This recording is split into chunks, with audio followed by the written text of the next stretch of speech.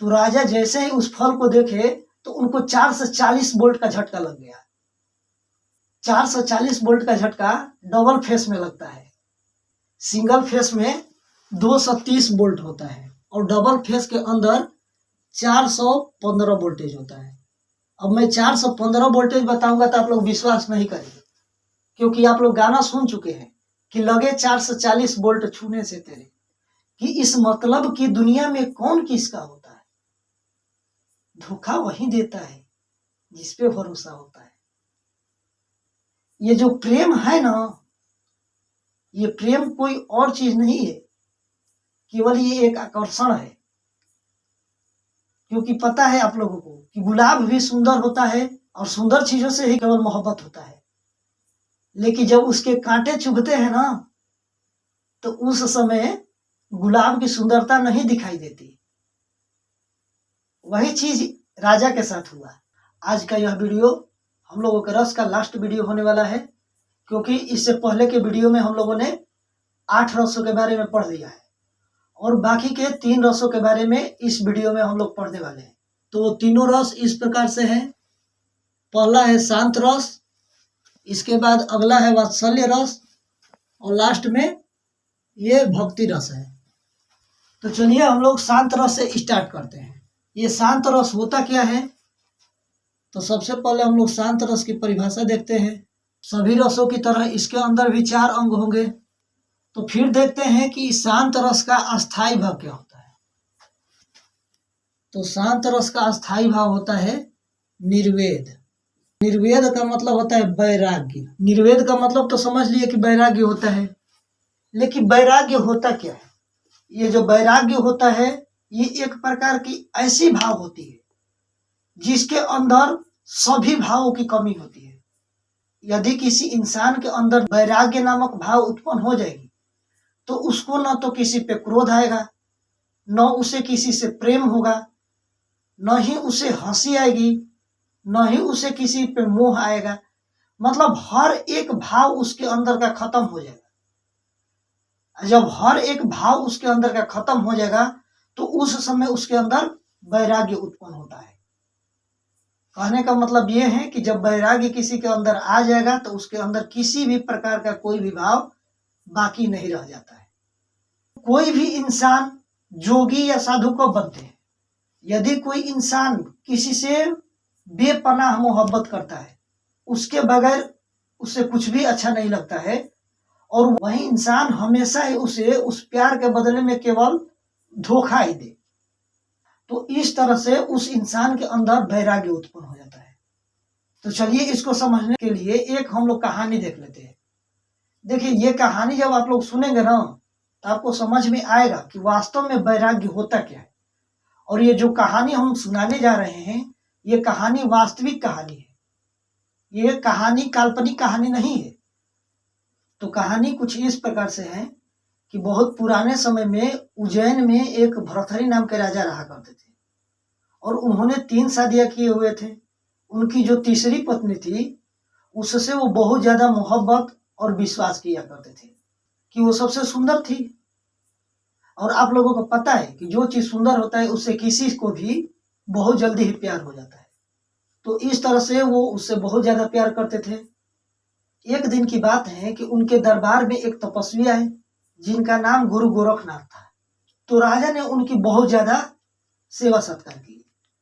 तो राजा के सेवा सत्कार से प्रसन्न होकर के गुरु गोरखनाथ ने एक फल दिया और उनसे बताया कि यदि तुम ये फल खा लोगे तो तुम कभी भी बूढ़े नहीं होगे। फल पाकर के राजा सोचने लगे कि मैं जवान रह के क्या करूंगा, क्यों ना मैं इस फल को अपनी पत्नी पिंगला को ही खिला दूं। वो हमेशा जवान रहेगी तो हमेशा हमें खुश रखेगी। तो ये सोच करके उन्होंने उस फल को ले जाकर के अपनी पत्नी पिंगला को दे दिए। तो उनकी पत्नी जो पिंगला है वो उसी राज्य के कोतवाल से प्रेम करती थी। फिर उसने सोचा कि मैं ये फल खा करके जवान रह के क्या करूंगी, क्यों ना मैं इस फल को कोतवाल को दे दूं, जिससे वो हमेशा जवान रहेगा तो हमारी इच्छाओं को पूरा करता रहेगा, हमें खुश रखेगा। तो ये सोच करके उस फल को ले जा करके वो कोतवाल को दे दी। तो यहीं तक ये कहानी खत्म नहीं होती है। कोतवाल भी ऐसी बात थोड़ी नहीं है कि केवल रानी से मोहब्बत करता था। कोतवाल भी उस फल को किसी और को देना चाहता था, और वो जिसे देना चाहता था वो एक बेश्या थी। ठीक है, इस कहानी को काल्पनिक समझने की गलती मत कीजिएगा। ये कहानी वास्तविक कहानी है। और ये जो भर्तृहरि नाम बता रहे हैं, ये भर्तृहरि कोई और नहीं, विक्रमादित्य के भाई थे। ठीक है, तो इस कहानी को वास्तविक समझिए, वास्तविक है भी। तो फिर क्या हुआ कि वो जो कोतवाल थे, वो कोतवाल ले जा करके उस फल को जिस बेश्या से मोहब्बत करते थे उसको दे दिए, और कहा कि इस फल को तुम खा लोगी तो हमेशा जवान रहोगी। और फिर इस तरह से वो फल दे करके वहां से चले गए। और फिर बेश्या भी शांत रहने वाली थोड़ी ना थी। देखिए, एक फल कहां से चल के कहां तक पहुंच रहा है। ठीक है, तो फिर क्या हुआ कि वो बेश्या भी सोचने लगी कि यदि मैं इस फल को खा लूंगी तो जवान रहूंगी हमेशा, और हमेशा जवान रहूंगी तो ये जो पाप कर्म मैं कर रही हूं, ये पाप कर्म मेरा और बढ़ जाएगा। मतलब बहुत ज्यादा दिनों तक मैं इसी तरह से पाप कर्म करती रहूंगी। तो इतना सोच करके उसने सोचा कि इस फल की तो ज्यादा जरूरत राजा को है, क्योंकि राजा जवान रहेंगे तो इस राज्य के प्रजाओं के सुख सुविधाओं की पूर्ति हमेशा करते रहेंगे। तो इतना सोचने के बाद वो बेश्या उस फल को लेकर के राजा के दरबार में पहुंच गई, और राजा को ले जाकर के दे करके कहने लगी कि राजा ये ले लीजिए, ये आपके लिए है। तो राजा जैसे ही उस फल को देखे तो उनको 440 वोल्ट का झटका लग गया। 440 वोल्ट का झटका डबल फेस में लगता है। सिंगल फेस में 230 वोल्ट होता है, और डबल फेस के अंदर 415 वोल्टेज होता है। अब मैं 415 वोल्टेज बताऊंगा तो आप लोग विश्वास नहीं करेंगे, क्योंकि आप लोग गाना सुन चुके हैं कि लगे 440 वोल्ट छूने से तेरे। तो जब 440 वोल्ट सुन लिए हैं तो आप 415 वोल्टेज मानने के लिए तैयार ही नहीं होंगे। तो दिक्कत की क्या बात है, 440 वोल्ट मान लीजिए। तो जैसे ही राजा उस फल को देखे, उनको 440 वोल्ट का करंट लग गया। वो सोचने लगे कि ये फल इस बेश्या के पास कैसे चला गया। उनके मन में ये नहीं आ रहा था कि वो रानी ही दी होगी। उनके मन में ये आ रहा था कि जरूर किसी ने उसको चुराया है। फिर उसने जब बेश्या से पूछा कि ये फल तुम्हें कहाँ से मिला, तो बेश्या बताई कि उसे कोतवाल ने दिया था। फिर कोतवाल को बुलाया गया। जब कोतवाल राज दरबार में आया तो फिर उससे भी यही क्वेश्चन किया गया कि ये फल तुम्हें कहाँ से मिला। कोतवाल बताने के लिए तैयार नहीं था। फिर कोतवाल को दंडित किया जाने लगा। तो जब जबरदस्ती उससे पूछा गया तो फिर उसने बताया कि ये फल राजा की तीसरी पत्नी पिंगला ने उसे दी है।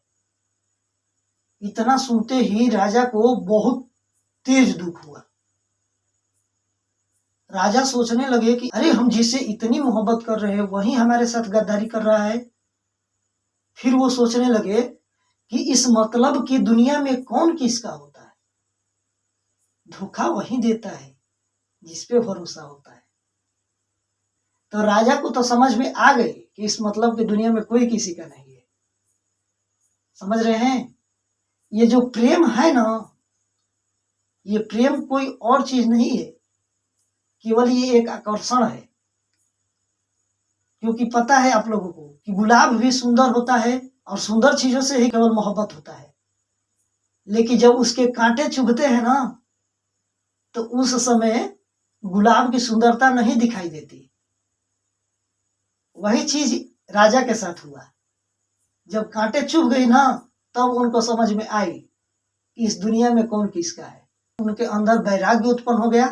वैराग्य उत्पन्न होने के बाद वो अपने राज्य अपने भाई विक्रमादित्य को दे करके सन्यासी का जीवन बिताने लगे।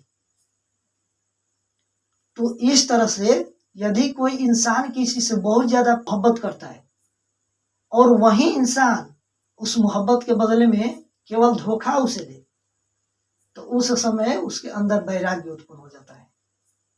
समझे? जिस तरह से भर्तृहरि के अंदर वैराग्य उत्पन्न हो गया था। तो देखिए, ये निर्वेद या वैराग्य कब उत्पन्न होता है आप लोग अच्छी तरह से समझ गए हैं। तो देखिए, इसका कारण मैं फिर भी लिख देता हूं। यदि किसी इंसान को ज्ञान की प्राप्ति हो जाएगी या उसके अंदर दुनिया से मोह माया की भावना समाप्त हो जाएगी, तो उस समय उसके अंदर जो भाव उत्पन्न होगा वही भाव निर्वेद कहलाएगा। और यही निर्वेद नामक अस्थाई भाव विभाव, अनुभाव और संचारी भाव से परिपूर्ण होकर के शांत रस कहलाएगा। समझ में आ रहा है? तो चलिए इसकी परिभाषा और उदाहरण हम लोग आगे देख लेते हैं। तो देखिए, इस तरह से शांत रस की परिभाषा हो जाती है कि तत्व ज्ञान की प्राप्ति होने से या दुनिया से वैराग्य की भावना मन में आने से निर्वेद नामक अस्थाई भाव उत्पन्न होता है। और यही निर्वेद नामक अस्थाई भाव विभाव, अनुभाव और संचारी भाव से परिपूर्ण होकर के शांत रस कहलाता है। ठीक है? तो चलिए शांत रस का उदाहरण देख लेते हैं। तो देखिए, यहाँ पे ये जो उदाहरण लिखा गया है ये तुलसीदास जी द्वारा लिखा गया है। तुलसीदास जी की भी पत्नी पिंगला से कुछ कम नहीं थी और तुलसीदास जी भी भर्तृहरि राजा से भी कम नहीं थे। ये भी राजा भर्तृहरि की तरह अपनी पत्नी रत्नावली से बहुत ज्यादा प्यार करते थे। ठीक है? एक बार इनको भी झटका लगा था। तो देखिए ये क्या लिख रहे हैं? लिख रहे हैं कि कबहुक हौ, कबहुक यानी कि कब तक, हौ यानी कि मैं, यही रहनी रहोगे, यही यानी कि इस प्रकार से रहनी रहोगे। रहनी रहोगे का मतलब होता है जीवन व्यतीत करूंगा।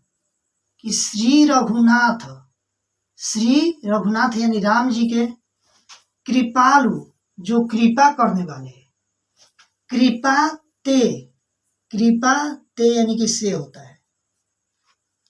संत स्वभाव, स्वभाव यानी कि होता है स्वभाव, स्वभाव। गहौगो, गहौगे यानी कि ग्रहण करूंगा। कह रहे हैं कि मैं कब तक इस प्रकार से जीवन व्यतीत करूंगा।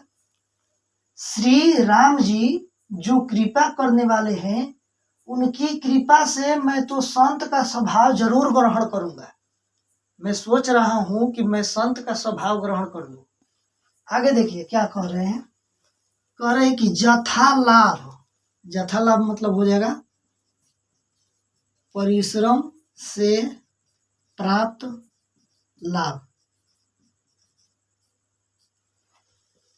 जथा लाभ संतोष, सदा, सदा यानी कि होता है हमेशा। काहू सु कछु न चहोगु, काहू यानी कि किसी से, कछु यानी कि कुछ भी, कछु यानी कुछ भी, न चहोगु नहीं चाहूंगा। फिर आगे कह रहे हैं कि जथा लाभ संतोष, मैं जितना मेहनत करूंगा, जितना परिश्रम करूंगा, उससे जितना भी लाभ मिलेगा उससे हमेशा मैं संतोष कर दूंगा। अब काहू से कछु न चाहोगे, किसी से कुछ भी नहीं चाहूंगा। देखिए इनके अंदर के मोह माया की भावना खत्म हो गई है। ये कह रहे हैं कि मुझे जितना भी मिलेगा उतने में संतुष्ट हो जाएंगे। आजकल के लोग तो एकदम कमाने में लगे हुए हैं कि जितना कमा ले उतना अपना हो जाए। लेकिन जब वैराग्य की भावना आ जाती है मन में, तब हमें किसी भी चीज की इच्छा नहीं रह जाती। आगे देखिए क्या कह रहे हैं। परहित, परहित यानी कि दूसरे की भलाई में, निरत, निरत यानी कि लगे हुए, निरंतर यानी कि लगातार, मन, क्रम, वचन, मन से, कर्म से और वाणी से नेम निभाओगे। नेम यानी होता है सेवा का नियम। फिर कह रहे हैं कि दूसरे की भलाई में लगातार लगे हुए, मन से, कर्म से और वचन से सेवा के नियमों का मैं क्या करूंगा? पालन करूंगा या निर्वहन करूंगा। निभाओगे यानी निर्वहन करूंगा। देखिए इनके अंदर वैराग्य आ गई है। फिर कह रहे हैं कि परुष वचन, परुष यानी होता है कठोर, वचन यानी कि वाणी। अति दुस्सह, अति दुस्सह यानी कि असहनीय। श्रवण यानी कि कान से सुनी, ते ही यानी कि उस। पावक न दहोगे, पावक यानी कि होता है आग, दहोगे यानी कि जलना। यानी कि असहनीय कठोर वाणी को कानों से सुन करके भी उस आग के समान जलाने वाली वाणी से नहीं जलूंगा। फिर देखिए आगे क्या कह रहे हैं। विगत यानी कि होता है रहित, विगत यानी कि होता है रहित। मान यानी कि अभिमान। सम, सम यानी कि समान भाव से। शीतल मन, शीतल यानी कि होता है ठंडे मन से। पर गुण नहीं दोष कहोगे। देखिए क्या कर रहे हैं, कह रहे हैं कि मैं अभिमान से रहित रहूंगा, मतलब हम अभिमान नहीं करूंगा मैं। सम शीतल मन, और हमेशा ठंडे मन से समान भाव से रहूंगा। पर गुण नहीं दोष कहोगे, दूसरे के गुण को तो कहूंगा लेकिन दोष को नहीं कहूंगा। जब वैराग्य की भावना आ जाती है ना, तो किसी से कोई भी न जलन रहती है, न उसकी बात को सुन करके गुस्सा आती है, न किसी से प्रेम होती है, हर एक चीज खत्म हो जाता है। तो ये शांत रस और ये भक्ति रस दोनों में बहुत कम का अंतर होता है। बहुत विद्वान लोग तो इसमें अंतर ही नहीं करते, कहते हैं कि दोनों एक ही है। ये देखिए नीचे के जो 2 लाइन है ना, यदि आप लोगों से याद हो जाएगा तो ये भी एग्जाम्पल में लिख सकते हैं, नहीं याद होगा तो इसको छोड़ भी सकते हैं, इतना भी लिख करके आप उदाहरण लिख सकते हैं। तो देखिए बाकी के 2 लाइन के भी अर्थ देख लेते हैं। परिहरि, परिहरि यानी कि त्याग कर। देह जनित चिंता, देह जनित यानी कि होता है शरीर के चिंता। दुख सुख समबुद्धि सहोगे, समबुद्धि यानी कि समान प्रकार से। सहोगे यानी कि सहूंगा, इसका अर्थ हो जाएगा कि मैं अपने शरीर की चिंता को त्याग करके दुख और सुख को समान प्रकार से सहूंगा। दुख भी रहेगा तो कोई दिक्कत नहीं है, सुख भी मिलेगा तो कोई दिक्कत नहीं, हर समय मैं समान प्रकार से दुख और सुख को सहूंगा। ठीक है, आगे देखिए क्या कर रहे हैं तुलसीदास जी। तुलसीदास प्रभु यही पथ रही, पथ यानी कि होता है रास्ता। तुलसीदास जी कह रहे हैं कि हे प्रभु मैं इसी रास्ते पे रहते हुए अविचल हरि भक्ति लहोगे। अविचल यानी कि बिना रुके हुए, हरि भक्ति यानी भगवान की भक्ति, लहोगे यानी कि प्राप्त करूंगा। तो इस तरह से तुलसीदास जी कह रहे हैं कि हे प्रभु इसी रास्ते पे चलते हुए रहते हुए मैं बिना रुके हुए भगवान की भक्ति को क्या करूंगा, प्राप्त करूंगा। इस तरह से इस उदाहरण में तुलसीदास जी के अंदर वैराग्य की भावना आ जाने से वो भगवान की भक्ति करने और दुख और सुख दोनों को समान भाव से व्यतीत करने और किसी के कठोर वाणी को सुन करके भी उस पर गुस्सा न करने के बारे में कह रहे हैं। तो इस तरह से तुलसीदास जी के अंदर वैराग्य की भावना आने से यहाँ पे कौन सा रस है, शांत रस है। तो चलिए इसका स्पष्टीकरण भी हम लोग देख लेते हैं। देखिए इस उदाहरण में अस्थाई भाव निर्वेद है। आश्रय कौन है, तो आश्रय तो ये तुलसीदास जी ही तो लिख रहे हैं, तो इस तरह से इसमें आश्रय हो जाएंगे तुलसीदास जी। और विषय कौन है, तो राम जी की भक्ति है। देखिए यहाँ पे लिख भी रहे हैं कि श्री रघुनाथ कृपालु कृपाते, यानी कि श्री राम जी जो कृपा करने वाले हैं उनकी कृपा से मैं संत का स्वभाव ग्रहण करूंगा। तो इस तरह से ये राम जी की भक्ति के बारे में बात कर रहे हैं। तो यहाँ पे विषय राम जी की भक्ति हो जाएगी। अभी मैंने आप लोगों को बताया था कि भक्ति रस और ये शांत रस में बहुत कम का ही फर्क होता है।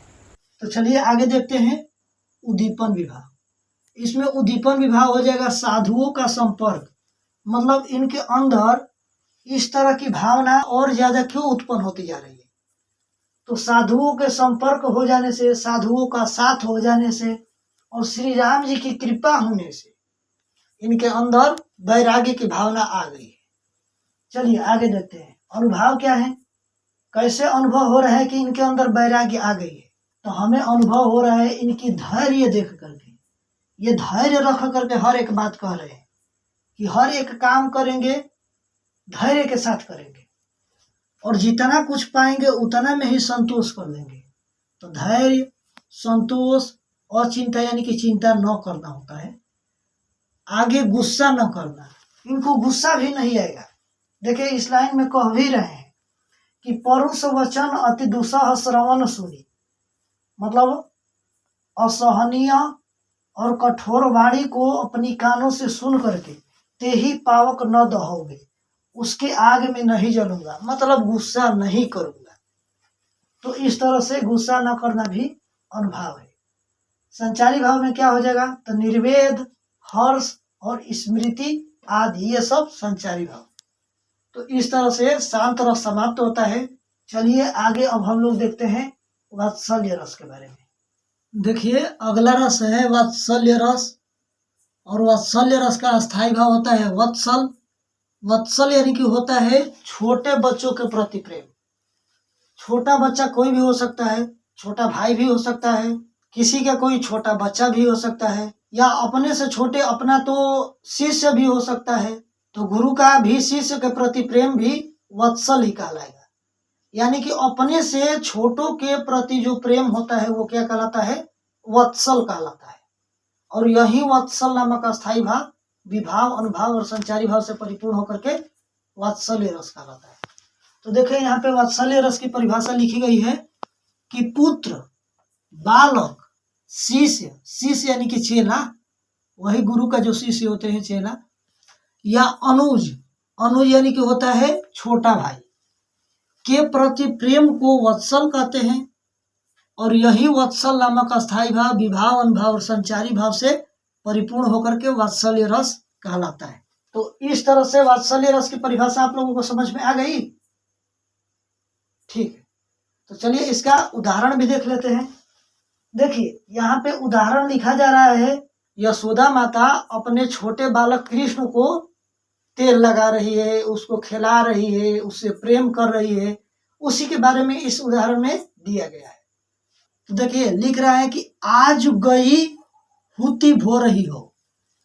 एक गोपी है, वो भोर होते ही नंद बाबा के आंगन में पहुंच गई है और वहां पे जाके देख रही है कि किस तरह से कृष्ण को यशोदा माता खिला रही है। वही बता रही है, कह रही कि आज गई हुती, हुती यानी कि थी, भो रही हो, भोर होते ही, आज गई थी भोर होते ही, रसखानी, रसखान यानी कि होता है रस का खान, रस का खान कृष्ण जी को कहते हैं। ये रसखान कवि का लिखा हुआ है, इसलिए रसखान उनका भी नाम हो सकता है और रस के खान कृष्ण जी को भी कह सकते हैं। तो यहाँ पे रस के खान का अर्थ कृष्ण है। रसखान रई वही नंद के भाव नहीं, रसखान रई यानी कि थे वही नंद के भाव नहीं, वही नंद बाबा के भवन में, भवन ही यानी कि होता है घर। तो यानी कि रस के खान कृष्ण वहीं पे थे नंद बाबा के घर पे। वाको जियो जुग लाख करोड़, जुग यानी कि होता है युग, लाख करोड़, करोड़ यानी कि करोड़ों, वाको जियो जुग लाख करोड़, वास्तव में वो लाखों करोड़ों युगों तक जिए। कौन जिए, तो कृष्ण जिए। कृष्ण जी जब लाखों करोड़ों युगों तक जिएंगे तो यशोदा माता को बहुत ज्यादा खुशी होगी। तो वही कह रहे हैं कि वाको जियो जुग लाख करोड़, वास्तव में लाखों करोड़ों युगों तक जिए। जसोमती को सुख जात कहियो नहीं, यशोदा माता का, जसोमती यशोदा माता को यानी कि का, सुख यानी कि सुख, जात यानी कि जा रहा है, कहियो यानी कि कहने से, नहीं यानी कि नहीं, मतलब यशोदा माता का सुख कहने से नहीं कहा जा रहा है। यशोदा माता तो बहुत सुखी है, उनके सुख को तो कहने से भी कहा नहीं जा रहा है। ठीक है, आगे देखिए आगे क्या कह रहे हैं। तेल लगाई लगाई के अंजन, अंजन यानी होता है काजल, वो गोपी कह रही है कि तेल लगा लगा के काजल लगा रही है। काजल कहाँ लगा दे रही है? छोटे बच्चे होते हैं तो उनकी आंखों में काजल भी तो माता लगा देती है। उनको तेल से मीसने के बाद उन लोगों को क्या कर देती है? काजल लगा देती है, टीका लगा देती है। तो ये भी वही सब कर रही है यशोदा माता। क्या कर रहे हैं कि तेल लगाई लगाई के अंजन, तेल लगा लगा करके अंजन लगा रही है, काजल लगा रही है। भौहे बनाई बनाई डिठौ नहीं, डिठौ नहीं यानी कि होता है काला टीका। फिर वो भौहे बना बना करके काला टीका भी लगा दे रही है। यहाँ पे सिर के ऊपर काला टीका नहीं लगा देती है माता लोग कि नजर न लगे, तो वहीं भौहे बना बना करके सिर के ऊपर माथे पे काला टीका भी लगा दे रही है। फिर क्या कर रही है आगे? डारी हमेलनी, हमेलनी यानी कि मणि से बना हुआ हार। निहारत, निहारत यानी देखना। वारत जो पुचकारत छो नहीं, तो डारी हमेलनी हार निहारत, जिस तरह से गले में डाल करके मणियों से बना हुआ हार कोई निहारता है, वो कृष्ण जी को ऐसे निहार रही है जैसे लग रहा है कि कोई मणियों से बने हुए हार को गले में डाल करके उसको बार बार देख रहा है। उसी तरह से ये कृष्ण जी को देख रही है। मतलब कृष्ण जी को ये हमेला निहार की तरह निहार रही है। आगे देखिए, आगे क्या लिख रहा है कि वारत, वारत यानी कि न्यौछावर कर दे रही है, न्यौछावर करना। वारत जो पुचकारत छो नहीं, और अपने आप को कृष्ण के ऊपर न्यौछावर कर दे रही है। जो यानी कि हर प्रकार से। अब पुचकारत छो नहीं, पुचकारत यानी कि पुचकार रही है। जैसे छोटे बच्चे को कोई माता खिलाती है तो उसको पुचकार पुचकार के खिलाती है। छो नहीं यानी कि होता है छोटे बच्चे को। तो इस तरह से लास्ट वाले लाइन का अर्थ हो जाएगा कि वो अपने छोटे कृष्ण को मड़ियों से बने हुए हार के समान गले में डाल करके निहार रही है, और अपने छोटे कृष्ण के ऊपर अपने आप को न्यौछावर करके पुचकार पुचकार के क्या कर रही है? खिला रही है। तो इस तरह से यहाँ पे यशोदा माता बालक कृष्ण को बड़े प्यार के साथ खिला रही है, तेल लगा रही है, टीका लगा रही है, काजल लगा रही है। मतलब छोटे बच्चे से क्या कर रही है? प्रेम कर रही है। तो यहाँ पे कौन सा रस हो जाएगा? वात्सल्य रस हो जाएगा। तो चलिए इसका स्पष्टीकरण देख लेते हैं। देखिए इसमें अस्थाई भाव क्या है? तो इस उदाहरण में अस्थाई भाव वत्सल है, क्योंकि छोटे बच्चे से प्रेम है। इसमें आश्रय कौन है? तो आश्रय यशोदा माता है, क्योंकि यशोदा माता के अंदर ही तो कृष्ण के प्रति प्रेम आया है। तो इसमें आश्रय यशोदा माता है। विषय बालक कृष्ण खुद है, क्योंकि बालक कृष्ण से यशोदा माता को इसमें प्रेम आ रहा है। उद्दीपन विभाव क्या है? तो उद्दीपन विभाव बालक कृष्ण का मनोहर मुखड़ा है। बालक कृष्ण का बहुत ही अच्छा मुखड़ा है, उसी को देख करके इनको बार बार उस पर प्रेम आ रहा है। तो उद्दीपन हो जाएगा इसमें बालक कृष्ण का मनोहर मुखड़ा। इसमें अनुभाव क्या है? तो अनुभाव कृष्ण के शरीर में यशोदा माता जी द्वारा तेल लगाना है, काजल का टीका लगाना है, कृष्ण का भौहे बनाना है, और बार बार उनको पुचकारना है, और फिर हार के समान कृष्ण जी को देखना भी है। तो ये सब यहाँ पे अनुभाव हो जाएंगे। और इसमें संचारी भाव क्या है? तो संचारी भाव हर्ष है। हर्ष यानी खुशी, प्रसन्नता, यानी कि यशोदा माता को कृष्ण के प्रति खुशी ही तो है, प्रसन्नता ही तो है। तो यहाँ पे संचारी भाव हर्ष इत्यादि हो जाएगा। ठीक है, तो इस तरह से वात्सल्य रस समाप्त होता है। वात्सल्य रस समझ में आया ना? यानी कि अपने से छोटों के प्रति जहां कहीं भी प्रेम होगा वहां पे वात्सल्य रस होगा। ठीक है, तो चलिए आगे हम लोग भक्ति रस देखते हैं। देखिए अगला और लास्ट रस है भक्ति रस। तो ये भक्ति रस होता क्या है? भगवान की भक्ति का मतलब भगवान से प्रेम होना होता है। तो इस तरह से जहां कहीं भी भगवान के प्रति प्रेम उत्पन्न होगा वहां पे भक्ति रस होगा। तो चलिए हम लोग भक्ति रस की परिभाषा देख लेते हैं। तो देखिए यहाँ पे भक्ति रस की परिभाषा लिख रहा है कि भगवान का भजन कीर्तन करने या सुनने से हमारे मन में जो भाव उत्पन्न होता है उसे देवरति कहते हैं, और यही देवरति नामक अस्थाई भाव विभाव, अनुभाव और संचारी भाव से परिपूर्ण होकर के भक्ति रस कहलाता है। तो इस तरह से भक्ति रस की परिभाषा समझ में आ रही है ना। तो चलिए इसका उदाहरण देख लेते हैं। तो देखिए ये जो उदाहरण लिख रहा है ना, ये उदाहरण मीराबाई के बारे में लिख रहा है। मीराबाई के अंदर भगवान के प्रति भक्ति उत्पन्न हो गई है, तो मीराबाई क्या कह रही है उसी के बारे में इस उदाहरण में लिखा गया है। तो चलिए इस उदाहरण को समझते हैं। देखिए मीराबाई कह रही हैं कि पायो जी महै, महै यानी कि मैं, तो राम रतन धन पायो, मैं तो राम रतन रूपी धन को पा गई हूँ। वस्तु अमोलक दी म्हारे सतगुरु, म्हारे यानी कि हमारे, सतगुरु यानी कि सच्चे गुरु। वस्तु अमोलक, अमोलक का मतलब होता है अनमोल।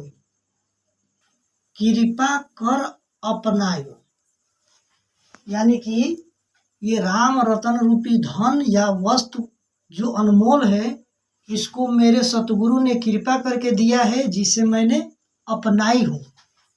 आगे देखिए आगे क्या करेंगे, करे कि जन्म जन्म की पूंजी पाई, मैं तो जन्मों जन्मों की पूंजी पा गई हूँ।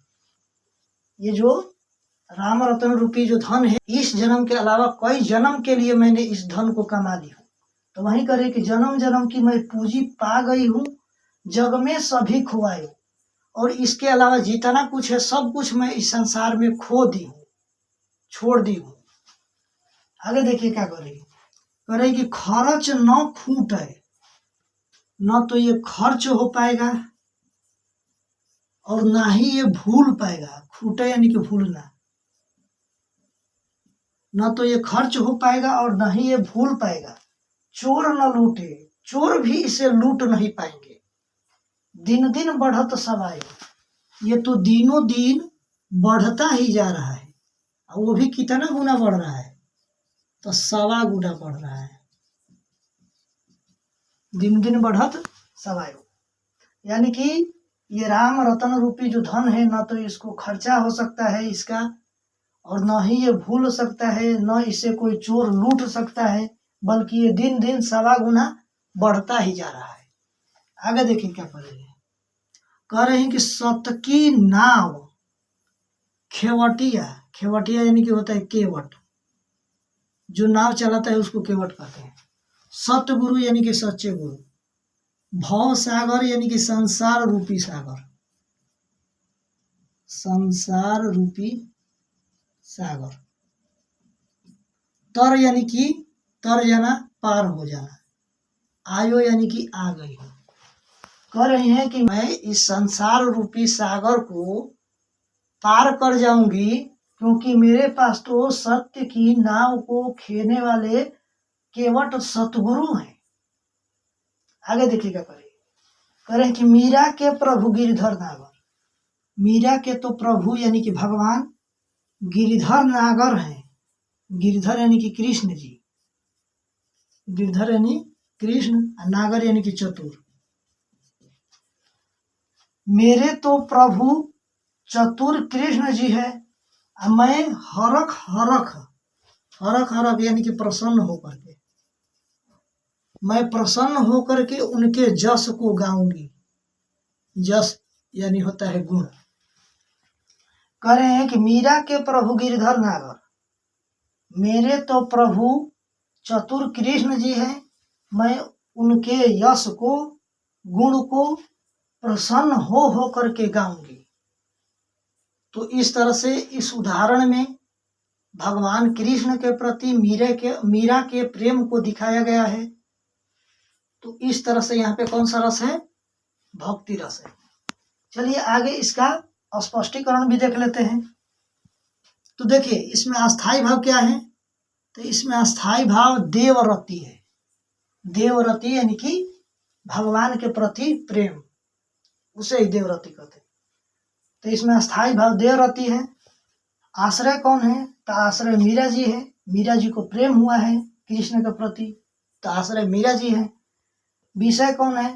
तो विषय कृष्ण की भक्ति है, क्योंकि कृष्ण के प्रति ही इनके अंदर भक्ति हुई है। उद्दीपन विभाव क्या है? तो वो कौन सा कारण है जिसके वजह से मीरा के अंदर भगवान के प्रति प्रेम और बढ़ता ही जा रहा है? तो वो साधुओं की संगत है।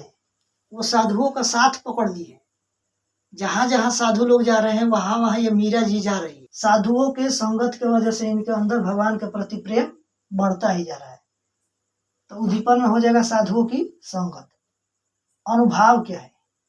हमें कैसे अनुभव हो रहा है कि मीरा के अंदर भक्ति ही उत्पन्न हुआ है? तो अनुभव में देखिए, मीरा द्वारा खुद बताना है। मीरा खुद बता रही है कि मैं राम रतन रूपी धन को पा ली हूँ। देखिए यहाँ पे लिखा भी जा रहा है, पायो जी मैं तो राम रतन धन पायो। तो यानी मीरा द्वारा खुद बताना कि मैं राम रतन रूपी धन पा ली हूँ, यहाँ पे अनुभाव हो जाएगा। ठीक है, आगे देखिए इसमें संचारी भाव क्या है? तो संचारी भाव है हर्ष, निर्वेद, स्मृति। यानी कि मीरा के अंदर हर्ष भी होगा, खुशी होगी, निर्वेद होगा। निर्वेद यानी कि वैराग्य होगा। किसी इंसान को भगवान से भक्ति तभी होती है जब उसके अंदर दुनिया से मोह माया समाप्त हो जाता है। तो इस तरह से इनके अंदर हर्ष, निर्वेद और स्मृति, ये सब संचारी भाव है। तो इस तरह से सभी रस समाप्त होते हैं। फिर मिलेंगे आगे के वीडियो में, तब तक के लिए जय हिंद।